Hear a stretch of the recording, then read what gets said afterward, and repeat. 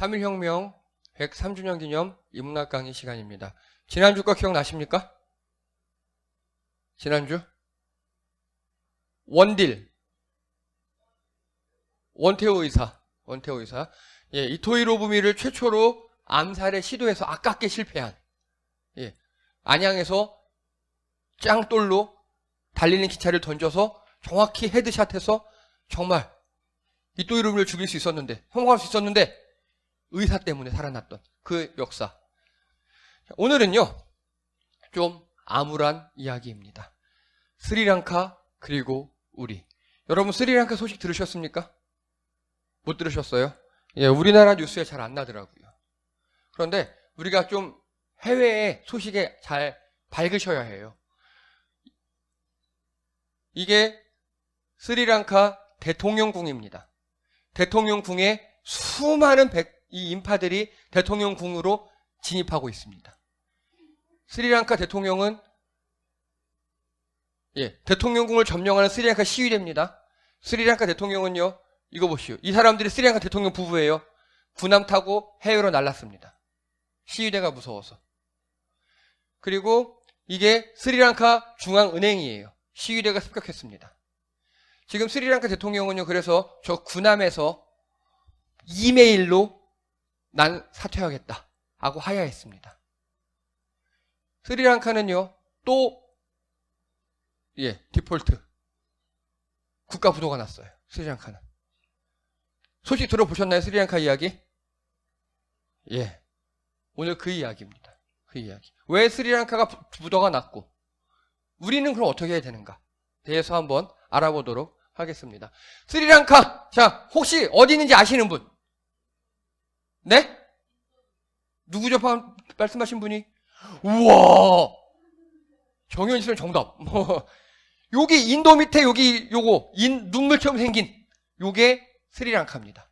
잘 모르시죠? 성민아, 너 몰라 스리랑카? 대항해 시대 안에 임마? 하잖아. 이 항로 기억 안 나?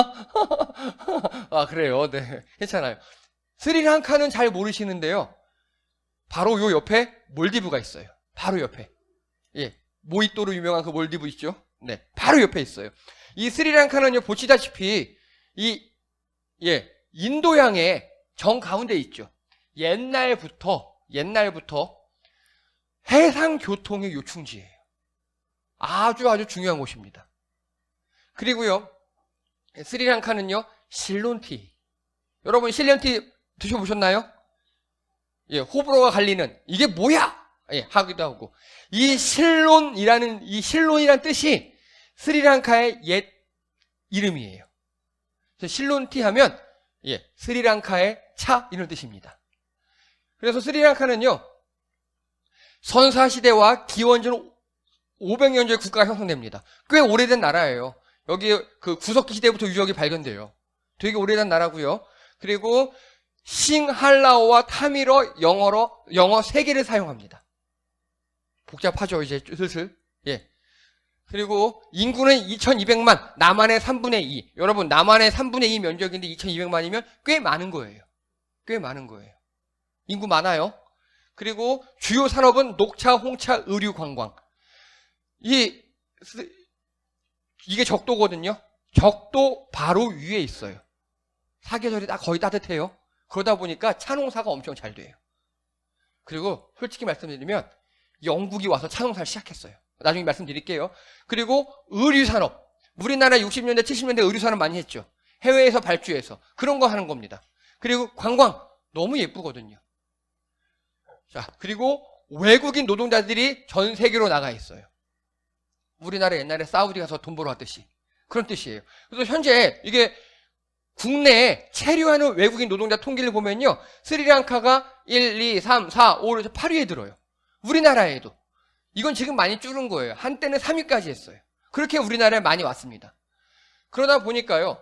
여러분 현재 몽골도 되게 환경이 예쁘대요. 몽골 가면요. 번역, 통역 그런 거 필요 없어요. 왠지 아십니까? 그 마을에 반드시 한국에 일 갔다 온 사람 혹은 지금 한국에 일하는 사람이 반드시 있대요. 그 마을에. 어떤 말, 몽골 어딜 가든지. 그래서 말이 안 통하면 그 사람들은 전화해서 그 사람하고 바꿔준대요. 그런 식입니다. 근데 스리랑카도 거의 그래요. 반드시 어느 마을이든 한국 노동자 출신이거나 현재 한국에 일하는 사람이 있다 그러더라고요. 그만큼 우리랑은 밀접한 관계가 있습니다. 또요, 48년 영국으로부터 독립했습니다. 예. 근데 이게 이래서 아픔이 많아요. 이래서. 우리나라도 일제로부터 독립하면서 아직까지도 역사 청산이 제대로 안 됐잖아요. 그래서 지금도 많이 아픔을 겪고 있죠. 비슷합니다. 이제 그 이야기 계속 해볼게요. 스리랑카는요, 영국이 식민지 시절에 인도 남부 타밀족, 아까 인도에 바로 밑에 있었잖아요. 인도 밑에 있는 사람들을 스리랑카로 대거 이주시켜요. 그래서 그들 플랜테이션이라고 노예농장을 의미합니다. 사람을 갈아 넣어서 아주 싸게 농산물들을 생산해내는 거예요. 그거 어떻게 할까요? 본국에 아주 헐값에 갖고 와요. 본국에. 이게 식민지를 경영하는 방법이었어요. 그래서 스리랑카가 그 플랜트 기지 중에 하나였어요. 그러다 보니까 자, 인도의 타밀족들이 많이 넘어왔다 그랬죠. 그들이 돌아가지 않아요. 덕분에 스리랑카는 지금도 세계 4위의 차 생산국이에요. 지금도. 하지만 독립 이후 타밀족이 다시 넘어가지 않은 거예요. 인도로 돌아가지 않아요. 잔존해 있어요. 여러분, 버마가 그러고, 미얀마가 그러고 있죠, 지금. 미얀마가. 예. 그래서 다문화, 다종교 국가가 되어버렸어요. 이게 심각합니다. 자, 스리랑카의 종교 구성입니다. 70%가 불교예요. 이들을 싱할라족이라고 합니다. 원래 원주민들. 예, 스리랑카 원주민들. 그리고 이 12.6% 이들이 불교예요. 타밀족이에요. 인도에서 넘어온 사람들. 죄송합니다. 힌두교. 인도에서 넘어온 사람들. 인구 구성 보면은 이 타밀족이 한 15% 된대요. 15%. 그러면요, 여러분. 15%가 넘어와 있어요. 어떻게 해야 됩니까? 나라가 독립한 다음에. 니네 원래로 돌아가라 하든가. 우리나라 어떻게 했습니까? 우리나라에 해방 후에 우리나라 일본인이 남아 있었거든요. 그들에게 두 가지 선택지가 있어요. 일본으로 돌아가든가 아니면 우리나라에서 귀화해서 살든가. 그렇게 했어야 해요. 근데 그러지 않아요. 어떻게 하느냐? 초대 대통령이 타밀족에게 국적 부여를 거부해버립니다. 이 타밀족도 피해자거든요. 국적을 안 줘요. 그리고 노예 취급해요.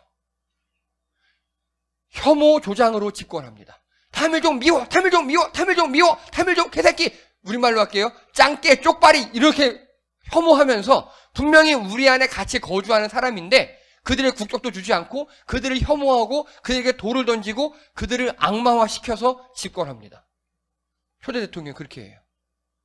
많이 본 이야기죠. 우리나라도 그랬잖아요. 지역감정 조장했죠. 특정 지역 비하하면서 그를 집권했죠. 똑같아요. 이들의 말로는 비슷합니다.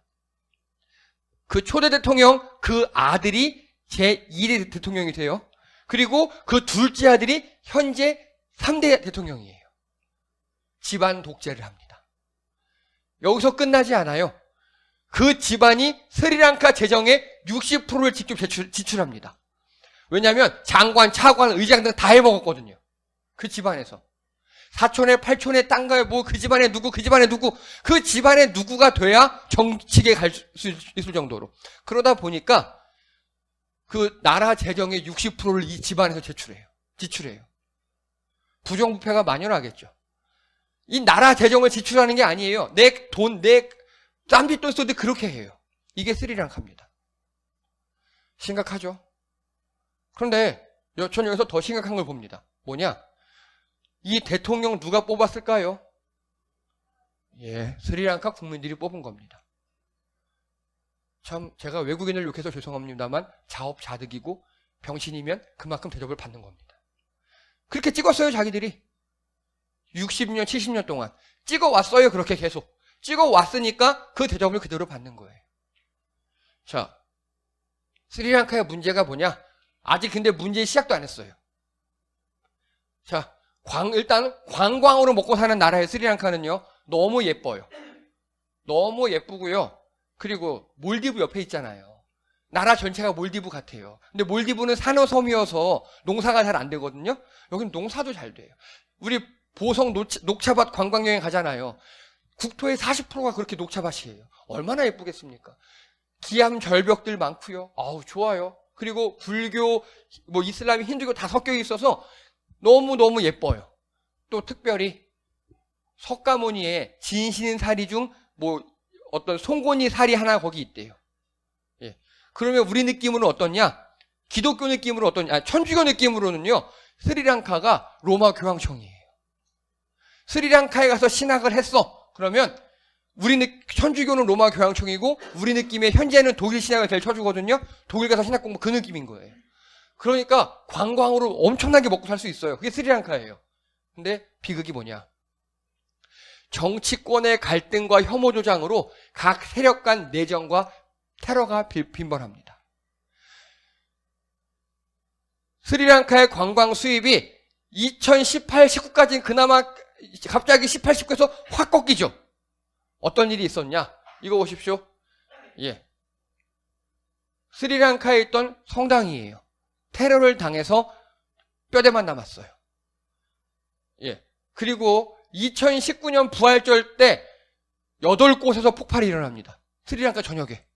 총 약 300여 명이 사망하고 부상 600여 명.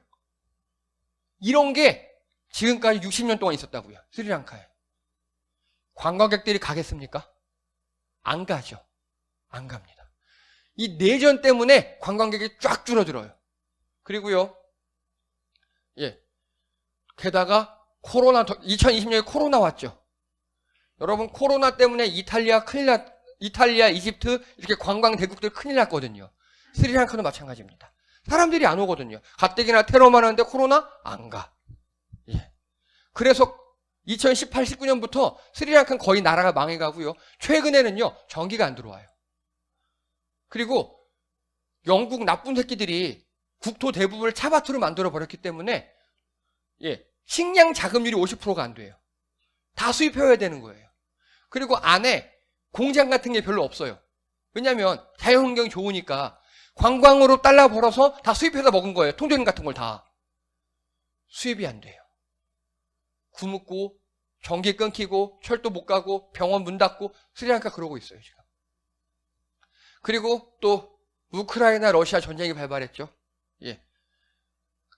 달러값 확 올라가고 기름값 확 올라가고 우크라이나가 러시아 두 개 합하면 세계 3대 식량을 수출하는 나라인데 식량을 수출 안 해버려요.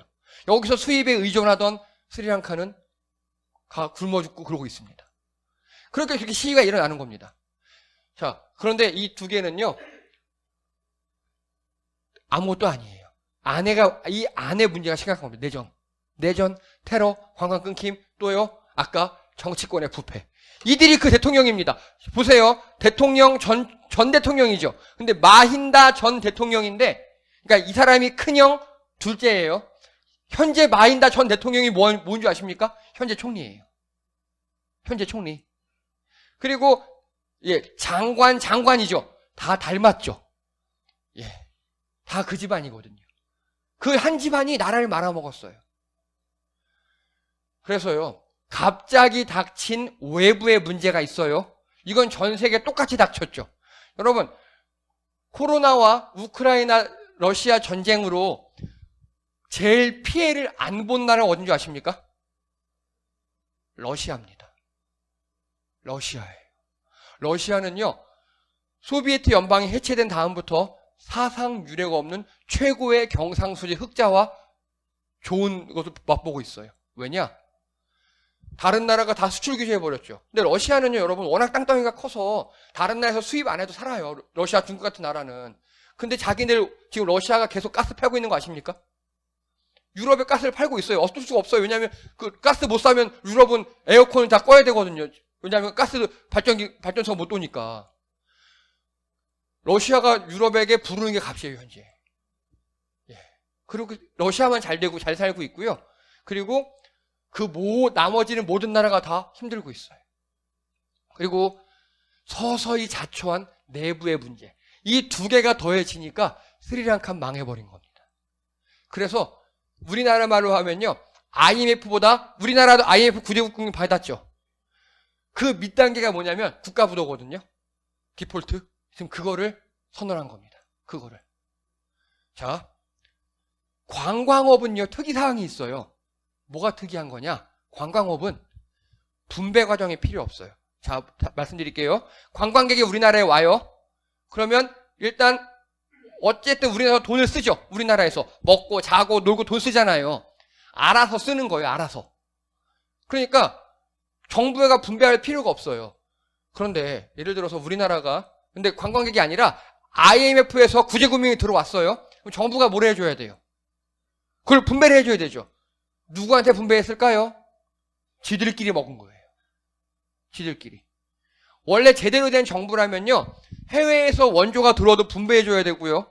그리고 제대로 된 정부라면 수출액으로 크게 우리나라가 돈을 벌었잖아요. 그것도 분배해줘야 돼요. 세금이나 뭐 다뤄가는 방식으로. 근데 이 나라는요, 그런 건 안 한 거예요. 분배가 관광으로 분배도 필요 없었고, 들어오면 땡큐 하고 인마에 포켓하고 다 꼼을 치고. 그래서 망해버린 겁니다. 자, 이제 우리 얘기 하겠습니다. 우리나라 얘기입니다. 아휴, 이거 보십시오. CNBC라고 미국 유수의 경제지에서 이렇게 기사를 냈습니다. 한국 6월 소비자 물가 24년 만에 최고치. 24년은 IMF 이후입니다. 그래서 큰 폭의 금리 인상이 불가피하다. 제2의 IMF가 올 수도 있다라고 예측을 했습니다. 그리고 이렇게 예측을 했습니다. 그런데 다 예상한 것처럼 우리 기준금리 0.5% 올라갔죠. 잘 모르셔요? 이거 아셔야 돼요. 여러분들께서 전세자금 대출을 받으셨거나 신용대출을 받으셨거나 주택담보대출을 받으셨잖아요. 그 금리의 최소 0.5% 올라간다고요. 최소. 근데 0.5% 올라간 거에다가 또 은행 가상금리가 더하면 아마 0.7에서 1%가 올라갈 겁니다. 여러분 1억을 대출 받았으면 1억에 1%면요. 1억에 1%면 100만 원이에요. 꽤 많아요, 생각보다. 그게 연으로 따져보세요. 엄청나게 많은 돈입니다. 점점점 많아질 겁니다. 점점점. 자, 그리고 이거 보십시오. 한국은행 금리 인상 기조 이어나갈 거랍니다. 계속 또 올라간대요, 이제. 계속 올라간대요, 금리. 금리가 올라가면 어떤 현상이 발생하는지 아십니까? 긍정적인 건 물가가 떨어져요. 하지만 빚이 있는 분들은 큰일 나요. 빚이 있는 분들은. 우리나라에 빚 없는 분 중산층입니다. 잘 사는 거예요, 빚 없으면. 빚 있는 분 큰일 납니다. 자, 그리고요. 이거 보십시오. 이거는 블룸버그 통신에서 낸 기사예요. 그냥 여기 이거를 블룸버그 통신의 기사를 그대로 우리나라 연합뉴스에서 갖고 왔어요. 원래 연합뉴스가 하는 일이 그거예요. 해외 기사들 갖고 오는 거예요. 갖고 와서 이렇게 신흥국 디폴트 위기.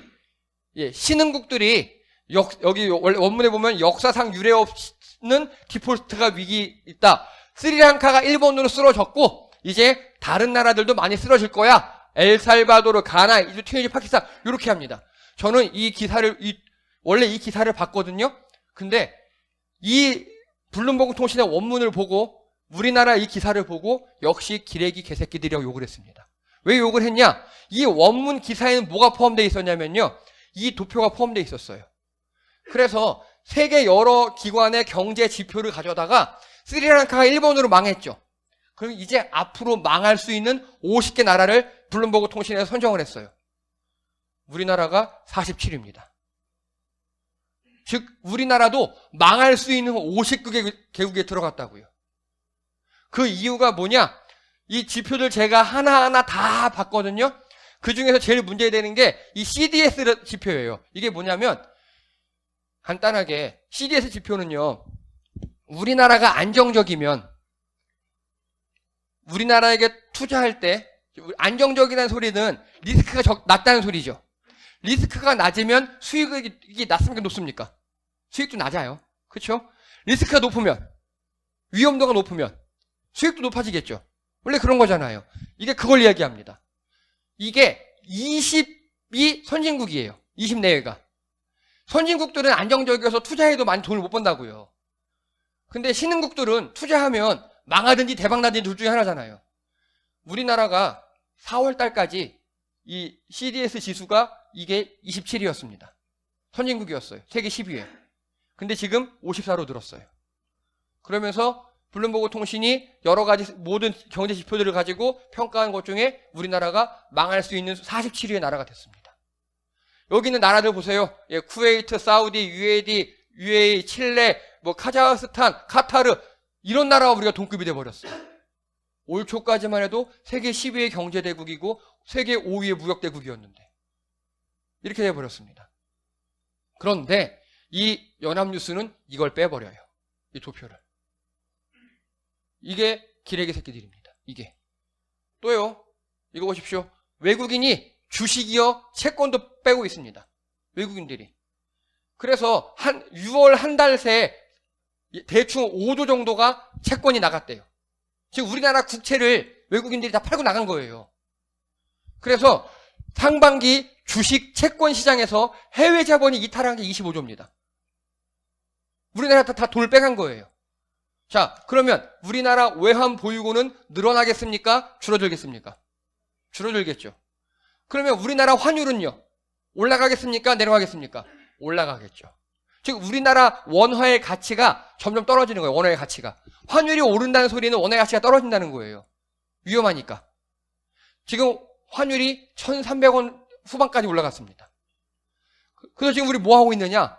한국은행에서 우리 달러가 없고 원화가 너무 지나치게 떨어지잖아요, 가치가. 한국은행에서 긴급 수혈, 링겔을 놓고 있어요, 링겔을. 그게 뭐냐? 우리나라 외환 보유고 있죠? 그거를 드립다 붓고 있어요, 지금. 제가 3주 전에 각자 도생하면서 외환 보유고 뚝뚝뚝 떨어진다 그랬잖아요. 근데 어쩔 수 없어요. 그렇게라도 해야 돼요, 지금은. 외환 보유고가 다 떨어지면 어떻게 하는 겁니까? IMF에 가서 빌려오는 거죠. 97년도로 돌아가는 겁니다, 그게. 현재 우리나라 상황이에요. 지금 해외에서는 이미 다 눈치채고 다 빼고 있어요. 또요, 이거 보십시오. 우리나라가 28년 만에 대중무역 흑자가 멈췄습니다. 적자가 됐어요. 중국은요, 우리나라 무역의 4분의 1을 차지합니다. 그리고 거기서 우리나라가 중국에서 벌어들이는 이득으로 다른 나라에서 보는 손해를 다 메꿔왔어요. 근데 딱 5월부터 우리나라가 대중무역에서 적자가 됐습니다. 즉 중국에서 우리나라 물건을 안 사요. 우리나라 콘텐츠를 안 사요. 왜요? 예, 우리나라 정부의 어떤 미친 새끼들이 그렇게 얘기했거든요. 이젠 중국과 관계를 끊겠다고. 나토가 있죠, 여러분. 나토는 군사조약이에요, 군사. 이번엔 우리나라 대통령이 나토 갔잖아요. 나토는 군사회의예요. G7, G20가 아니라고요.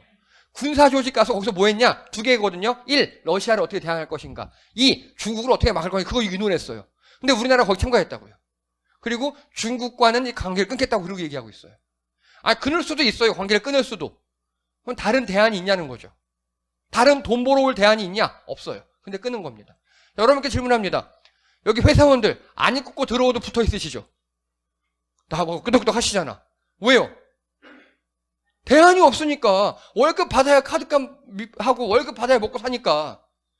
아니 중국 좋아요. 근데 우리나라 입장에서는요, 중국, 러시아 합하면 우리나라 전체 교역량의 3분의 1이에요. 미국과 유럽이 그걸 다 보존해 주냐고요? 아니에요. 근데 그러고 있어요. 그래서 외환 보유고가 점점점 기하급수적으로 떨어집니다, 지금. 자, 코로나 팬데믹과 우크라이나 러시아 전쟁은 전 세계적인 공통적인 문제라 그랬죠. 누구나 겪는 문제예요.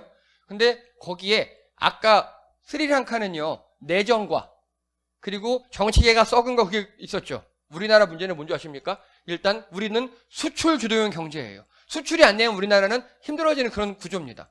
그런데 우리나라와 가장 많이 교육을 하던 중국과 러시아를 지금 정부에서 되게 싫어하죠. 안 하려고 그러죠. 예. 그리고요, 천문학적 가계부채, 이게 제일 큰 문제입니다. 이렇게 힘들 때일수록 이자를 짝짝짝 올려서, 우리 기준금리를 올려서 물가를 떨어뜨려야 돼요. 기준금리를 올려야 외국인들이 또 들어와요. 투자해요. 우리나라에다가. 근데 그러자니 기준금리를 올리자니까 우리 국민들의 부채가 많잖아요. 빚내서 집 사는 사람들, 영끌에서 뭐 하는 사람 되게 많잖아요. 그들이 다 파산하게 생겼거든요, 지금. 그래서 지금 이러지도 저러지도 못하고 있어요.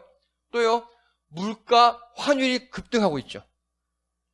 그리고요, 외환 보유고가 IMF 이후에 최저입니다, 현재. 이게 우리의 문제예요, 지금. 그리고 사라진 리더십. 여러분, 저는 아직도 기억합니다. 김대중 전 대통령이 딱 취임하면서 울면서 연설했어요. 울면서. 우리는 앞으로 1년 정도 더 힘들어야 됩니다.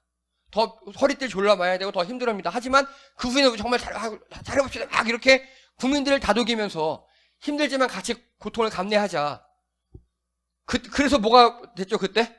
우리 국민들이 금모으기에 있었죠. 예. 근데 지금 리더십 어떻습니까? 예. 이거 하면 제가 욕을 할 수밖에 없어서 더 이상 이야기하지 않겠습니다. 예. 똥싼 바지 입고 돌아다니면서 희한한 짓거리 하고 있죠. 국제 경세가 이러니까 어쩔 수 없대요. 자기는 할 수 있는, 대통령이 경제를 챙기는 게 아니래요. 예, 여기까지 하겠습니다. 그리고요, 선동 호도한 언론입니다. 아까 보셨죠? 블룸버그 통신은 분명히 우리나라를 위험도가 47위로 평가했어요. 그걸 다 빼버려요. 해외에서 자금들이 다 이탈해 나가고 이런 거를 다 빼버려요. 지금. 자, 그리고 그러면 질문 드립니다.